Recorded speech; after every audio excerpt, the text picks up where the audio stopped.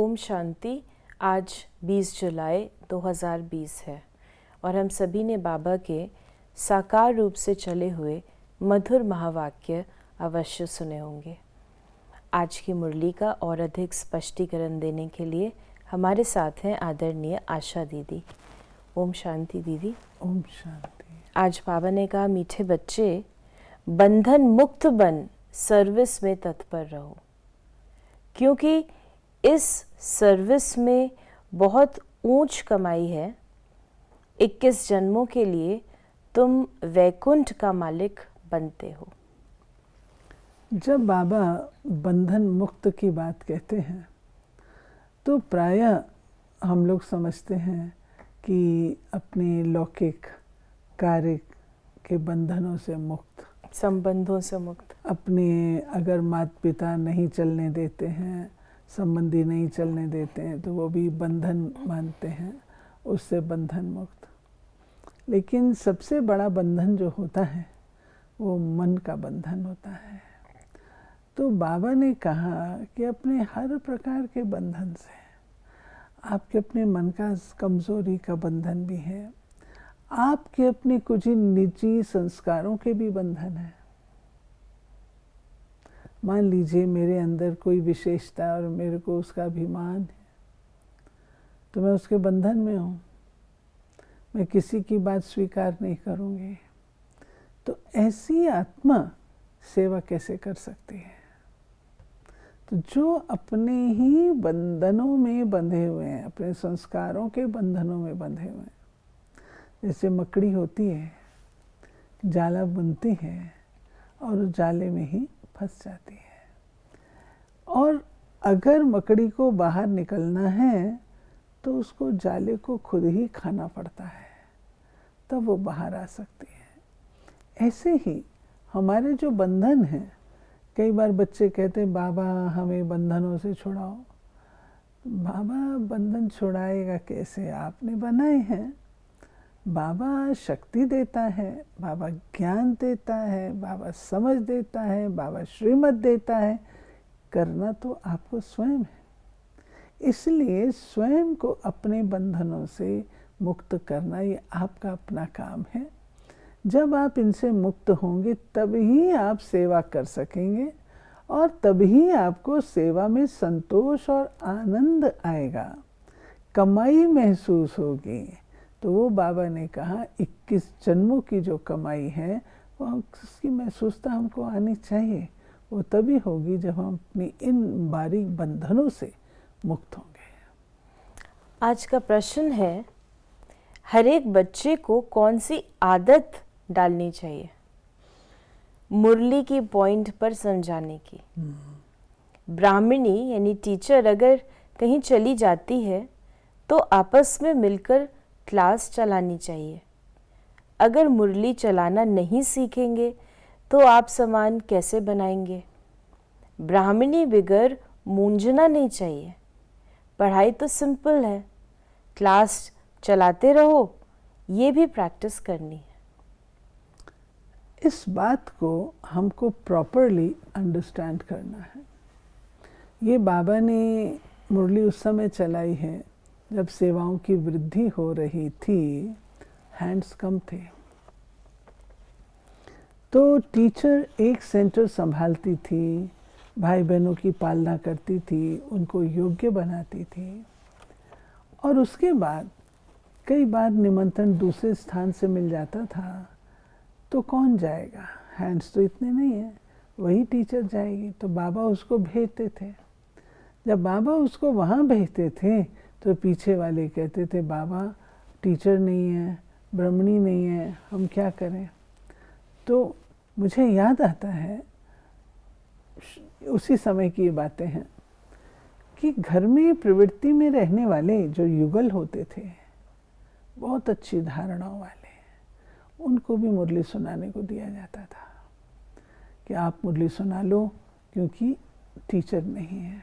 तो बाबा कहते आपस में मिलकर के क्लास तो रेगुलर करनी चाहिए ना, मुरली तो मिस नहीं करनी चाहिए। टीचर नहीं है तो मेरी क्लास भी बंद हो जाए, ये तो कोई ज्ञान नहीं है। तो बाबा कहते हैं आपस में मिलकर के चलाओ। तो ये अभ्यास होना चाहिए। लेकिन आज के कॉन्टेक्स्ट में ये बात इतनी नहीं।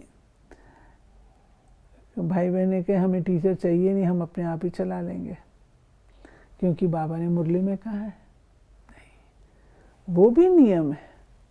और उसके बाद जो नियम बना वो ये है कि जो टीचर इंचार्ज है उसको मुरली सुनानी है। तो बाबा कहते हैं हर चीज़ को हमको प्रॉपरली अंडरस्टैंड करना वो भी ज़रूरी होता है। बच्चे जब सुनते हैं तो अपने को आत्मा निश्चय कर बैठे और ये निश्चय करें कि बाप परमात्मा हमको सुना रहे हैं। ये डायरेक्शन अथवा मत एक ही बाप देते हैं। बहुत मनुष्य हैं जो उस लव से परमात्मा को बाप समझते भी नहीं। तो बाबा ने कहा वो लव किसके साथ रखेंगे? बाप से, इसलिए बाप से विपरीत बुद्धि हो गए हैं। जो इसमें बाबा इशारा दे रहे हैं ज्ञान का, वो ये है कि हमने जन्म जन्मांतर हे प्रभु, हे ईश्वर, ओ गॉड कह के बहुत आराधना की, बहुत प्रेयर्स किए, बहुत त्याग तप किए, लेकिन संबंध तो नहीं था ना। आप पुकार रहे हैं, आंसर कौन करेगा? जब तक आपका कोई के साथ संबंध नहीं है वो आंसर क्यों करेगा? तो संबंध की बात है। जब तक बाबा से वो संबंध नहीं तो बाबा से प्यार भी नहीं हो सकता। तो बेशक वो पुकारते रहे, बड़ी अगाध भक्ति से पुकारते रहे, लेकिन आंसर तभी मिलता है जबकि सही परिचय लेकर के सही संबंध में हम आते हैं। फिर बाबा ने कहा और कोई ऐसा शास्त्र नहीं जिसमें भगवान ने राजयोग सिखाया हो व श्रीमत दी हो। एक ही भारत की गीता है जिसका प्रभाव भी बहुत है। एक गीता ही भगवान की गाई हुई है। भगवान कहने से एक निराकार तरफ ही दृष्टि जाती है। मतलब श्रीमद् भगवद गीता बाबा कहते हैं वो निराकार ज्योति बिंदु शिव ने सुनाई है, ना कि साकार श्री कृष्ण ने। और जैसे पहले भी कहा जो प्रश्न में कि ऐसे नहीं ब्राह्मणी सामने है तो नशा चढ़े, ब्राह्मणी नहीं तो नशा उड़ जाए। वो तो बात हमने ऊपर ले ली है। तो हमें सुनने की आदत पड़ी है, फिर सुनाने की आदत पड़ती नहीं। याद में रहे तो धारणा भी। तो यानी अपनी आदत के हिसाब से हम उसको ठीक करें कि हमारे अंदर वो ज्ञान हो सुनाने का। लेकिन जो आपने जैसे नियम बताए वो फिर हम उस अकॉर्डिंगली सिस्टम के करें। हमारा एक देखिए, एक अलंकार हमारा है शंख। ब्राह्मणों के जो 4 अलंकार हैं उसमें सुदर्शन चक्र है, शंख है, गदा है और पद्म है। सुदर्शन चक्र हमारा अपने अंदर अंदर चलता है। जो शंख है वो हमारा सेवा का प्रतीक है। तो बाबा कहते हैं शंख बजाना भी तो आना चाहिए ना। तो सुनते तो हो परंतु साथ साथ सुनाने की भी ज़रूरत है। और सुनाना माना ज्ञान शंख बजाना, वो आना चाहिए। फिर बाबा ने इसी से कनेक्टेड आज ज्ञान सुनाने के ऊपर, सुनने सुनाने के ऊपर काफ़ी हमें बातें बताई हैं। बाबा ने कहा बच्चों में कितना नशा रहना चाहिए, बिल्कुल इजी नॉलेज है। तुम बच्चों में भी जो भी पुरानी आदतें हैं वो छोड़ देनी है। तो बाबा ने कहा ईर्ष्या की आदत भी बहुत नुकसान करती है। तुम्हारा सारा मदार मुरली पर है, तुम कोई को भी मुरली पर समझा सकते हो। बहुत सारी आदतें हैं, पुराने संस्कार हैं, ईर्ष्या के होते हैं, घृणा के होते हैं, अलगाव के होते हैं, अपने आप को अलग अलग रखना, कई प्रकार मैंपन के होते हैं। वो बाबा कहते सेवा में विघ्न डालते हैं। तो ऐसे संस्कारों को भी हमको फिनिश तो करना है ना। दीदी अगर हमें ईर्ष्या से मुक्त होना, कई बार क्या होता है जब हम रेस की बात करते हैं, ज्ञान में रेस, सेवा में रेस, लेकिन वो रेस बदल के कुछ और रीस हो जाती है, जैसे हम ईर्ष्या का भी व्याख्या करेंगे उसकी। तो वो कैसे हो जाता है? क्योंकि जो इंटेंशन होता है हर एक ब्राह्मण का, वो तो सेवा का ही होता है, इंटेंशन बाबा के लिए होता है, विश्व के प्रति होता है। तो ये सूक्ष्म भाव उत्पन्न कैसे होता है और उससे कैसे बचा जाए? देखिए, हम लोग छोटे होते थे तो हमको दादियाँ कहती थी रेस करो, रेस करो, रेस करो, रीस नहीं करो। तो रेस करो माना हम लोग की रेस चलती थी। अगर इस बहन ने आज की मुरली से 20 पॉइंट सुनाए तो मैं कोशिश करूँ मैं 25 सुनाऊं। ये तो शुद्ध रेस हो गई, रेस हुई ना, जैसे आत्मा की शक्ति का विकास। और हम लोग ये करते थे, लेकिन धीरे धीरे फिर वो ईर्ष्या में, रीस में, इसमें अगर बदल जाता है। क्यों बदलता है? क्योंकि आपकी महिमा हो गई, मेरी महिमा नहीं हुई। अब मेरी महिमा नहीं हुई तो मेरे अंदर वो संस्कार तो है ना भाई, इसकी क्यों हुई, मेरी भी होनी चाहिए, पुराने जन्मों के। तो वो संस्कार को भोजन मिल जाता है और वो संस्कार जो इमर्ज हो जाता है, फिर इतना तक हो जाता है कट थ्रोट कंपटीशन, जो कि दर्दनाक है। नहीं, सरेंडर कर देना चाहिए। कंपटीशन में आकर के हम एक दूसरे को नीचा दिखाने की कोशिश करते हैं, बजाय इसके बाबा ने आपको कितनी विशेषताएं दी हैं। आप उन विशेषताओं में से किसी एक विशेषता को लेकर के उसको उजागर कर लो ना। ज़रूरी उसी गली में जाना है, रास्ता चेंज कर लो, उसमें आप आगे चले जाओ। इसको कहा था रेस, और वो हो जाता है फिर रीस। यानी उसका जो आपने उपाय बताया है कि वो हम सरेंडर कर दें, देखो ही नहीं, बाबा को सरेंडर कर दें। हाँ, उसको देखो ही नहीं, अपनी विशेषता को और बढ़ा लो। फिर बाबा ने कहा, दिन प्रतिदिन गिरते ही जाते हैं। नारद का मिसाल है, गिरते गिरते एकदम दुबन में गले तक फंस पड़े हैं। दुब्बन होता है जिसको दलदल कहते हैं।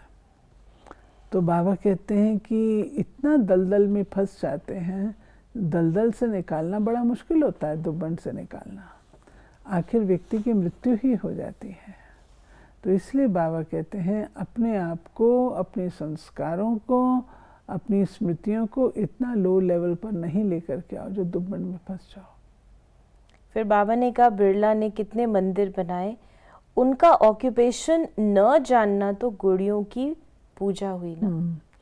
मंदिर बनाते श्री लक्ष्मी से नारायण के, लेकिन वो कौन थे, उनकी बायोग्राफी को नहीं जाना तो सिंपल मूर्ति बना के रखती ना, जिसको बाबा कहते गुड़ियों की पूजा। भक्त लोग भगवान के लिए कह देते, आप ही पूज्य, आप ही पुजारी, आप ही सुख देते हो, आप ही दुख देते हो, सब कुछ आप ही करते हो, बस इसमें ही मस्त हो जाते हैं। कहते हैं आत्मा निर्लेप है, कुछ भी खाओ पियो मौज करो, शरीर को लेप छेप लगता है, वो गंगा स्नान से शुद्ध हो जाएगा। अब देखिए, कभी भी ये नहीं कहा जाता पाप शरीर पुण्य शरीर, ये तो कोई नहीं कहता। अगर लेप शेप शरीर को लगता है तो ऐसा थोड़ी कहेंगे। पुण्य आत्मा, पाप आत्मा, महात्मा, धर्मात्मा, ये कहा जाता है। धर्म शरीर, पुण्य शरीर, ये तो कोई नहीं कहता। इसलिए आत्मा पर ही लेप शेप लगता है, और आत्मा के उससे ही सफाई होगी, ज्ञान से, कोई ज्ञान स्नान से सफाई होगी, डुबकी लगाने मात्र से नहीं हो जाएगी। डुबकी लगा के बाहर निकलते हैं और सामने कोई ऐसा व्यक्ति आ जाए तो आग बबूला हो जाते हैं, तो पावन तो बने नहीं। ये पुरानी दुनिया खलास हो जानी है, सागर की एक ही लहर से सारा डावाडोल हो जाएगा। विनाश तो होना ही है ना। नेचुरल कैलामिटीज किसको भी छोड़ती नहीं है। नेचुरल कैलेमिटी से कोई भी युद्ध नहीं कर सकता, इतनी पावरफुल होती हैं। एक ही झटके से बहु मंजिल धराशायी हो जाती हैं। सागर की एक ही तूफानी लहर आ जाए कितना विध्वंस कर जाती है। तो बाबा कहते ये सब कुछ होना है, ये सब कुछ होना है, परंतु जो बच्चे प्रीत बुद्धि होंगे वो इसको पार कर लेंगे। आज का वरदान है, ऑलमाइटी सत्ता के आधार पर आत्माओं को माला माल बनाने वाले पुण्य आत्मा भव। जैसे दान पुण्य की सत्ता वाले सकामी राजाओं में सत्ता की फुल पावर थी, जिस पावर के आधार पर चाहे किसी को क्या भी बना दें, ऐसे आप महादानी पुण्य आत्माओं को डायरेक्ट बाप द्वारा प्रकृति जीत, माया जीत की विशेष सत्ता मिली हुई है। आप अपने शुद्ध संकल्प के आधार से किसी भी आत्मा का बाप से संबंध जोड़कर माला माल बना सकते हो। सिर्फ इस सत्ता को यथार्थ रीति यूज करो। राइट। और आज का स्लोगन है, जब आप संपूर्णता की बधाइयाँ मनाएंगे, तब समय, प्रकृति और माया विदाई लेगी। समय, प्रकृति और माया विदाई लेगी। समय विदाई लेगा अर्थात कल्प का परिवर्तन हो जाएगा।